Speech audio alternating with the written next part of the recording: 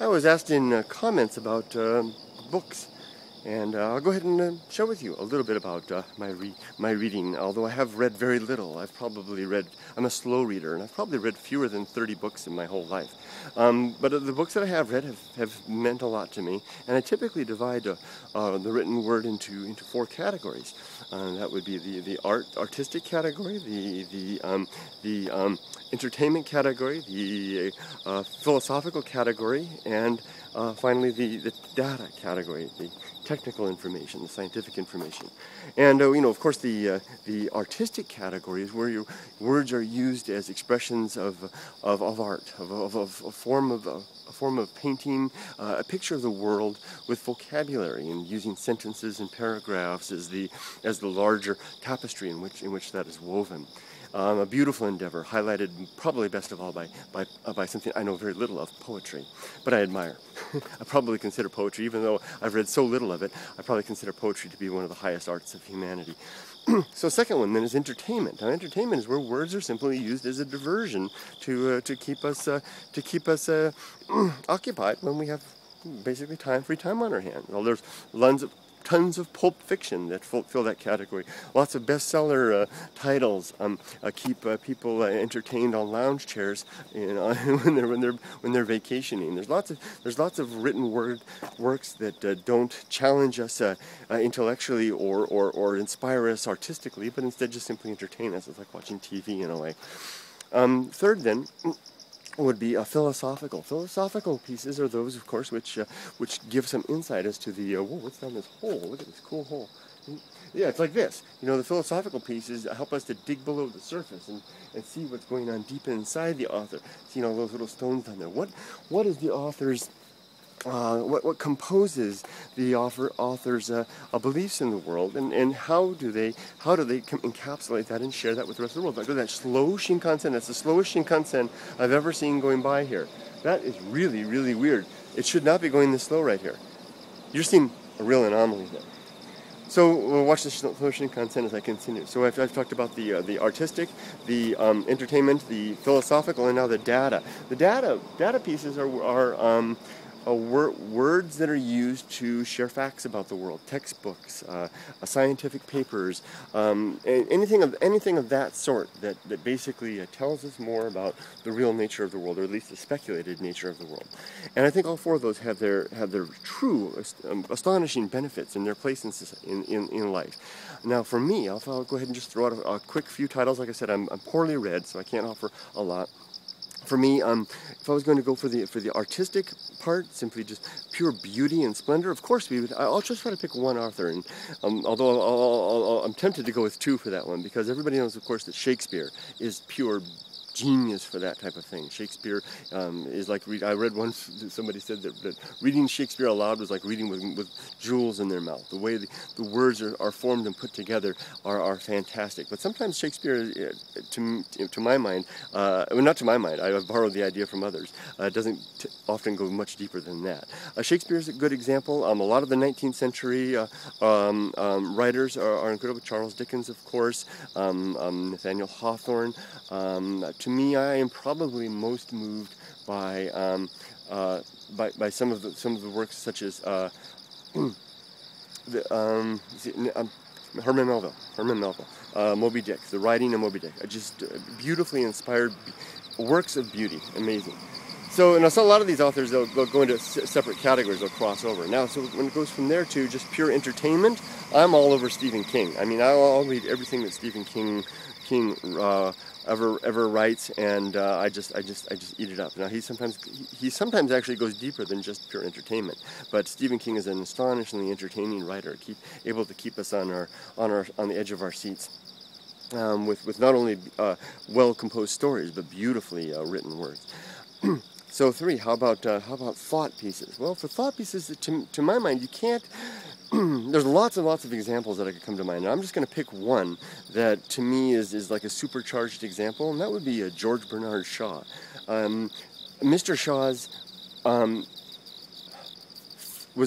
was a force of nature as a human being, and his every word is his words are so filled with his ideas and arguments and meaning, as to almost sometimes to the exclusion of all else.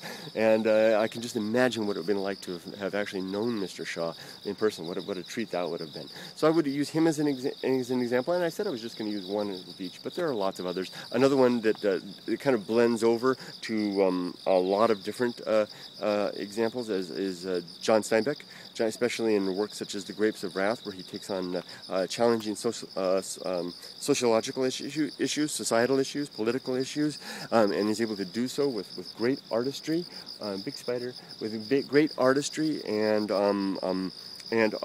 composition, and also showing a lot of himself in the process. A lot of authors don't do that. That's a challenging thing. There's a lot of authors out there who can write very beautiful works of literature, but without going very deep into themselves. And George Bernard Shaw once actually made that criticism of Shakespeare. If you read the foreword to Man and Superman, you'll hear George Bernard Shaw make a very compelling case that Shakespeare offers us little more than pure entertainment. He's a dramatist, great at creating productions that entertain, but offering little about the man himself. That in the works of Shakespeare we see sometimes the larger societal issues being illustrated, the stereotypical challenges of humanity being shown, but very little of what Shakespeare really thought about things. It's an interesting perspective on one of the most famous and well-known writers in the English language.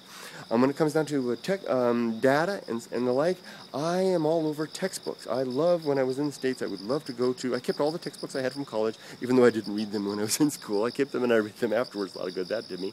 Maybe I had better grades. But I would go to yard sales and the like, and I would pick up old textbooks. My favorite is the 4th edition of Principles of Geology, first published in, I think, 1895 by a guy named Golvety, I think it is.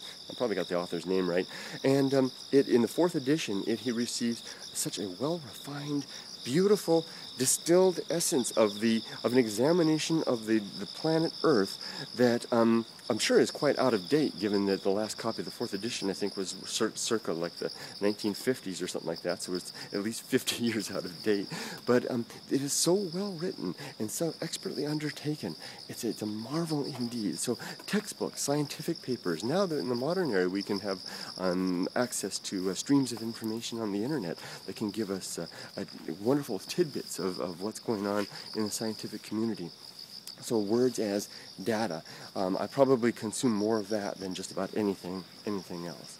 So in terms of my recommended reading list, I would recommend Shakespeare for beauty. I would recommend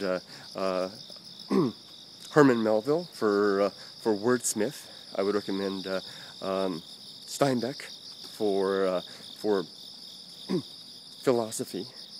Really, it may surprise some people that I would say Steinbeck for philosophy. Why not one of the the more recognized philosophers? I don't know. There's something about Steinbeck. Steinbeck, The Grapes of Wrath is the one book that I have kept on my bedside for decades, for at least 2 decades at least. It's always been the book on my bedside. I don't have any other books there. Everywhere I've lived, I've always kept a copy there, and I open that book to be inspired, and it brings tears to my eyes, to marvel at the wordsmith and the depth of care and consideration, especially after I read Steinbeck's The Working Days, the journal that he kept during the making of The Grapes of Wrath, and I learned what was going on in his mind as he wrote that. So I mean, probably there are far greater philosophical pieces that I could recommend just for that, but there's something about The Grapes of Wrath that is, if the ships were taking off to the Alpha Centauri right now, and I could pick one book to take with me, it would probably be a toss-up between The Grapes of Wrath and Principles of Geology. It would be a really tough one to pick. So, and then it comes to the 4th one, Principles of Geology, or some similar text. But if you can ever find that book, wow. So there you go. A few suggested reading items. There's certainly a lot more. I just tried to distill it down to a few and share. So hopefully that's been helpful from just a man that is very poorly read but has a few opinions. Take care, everybody. Bye-bye.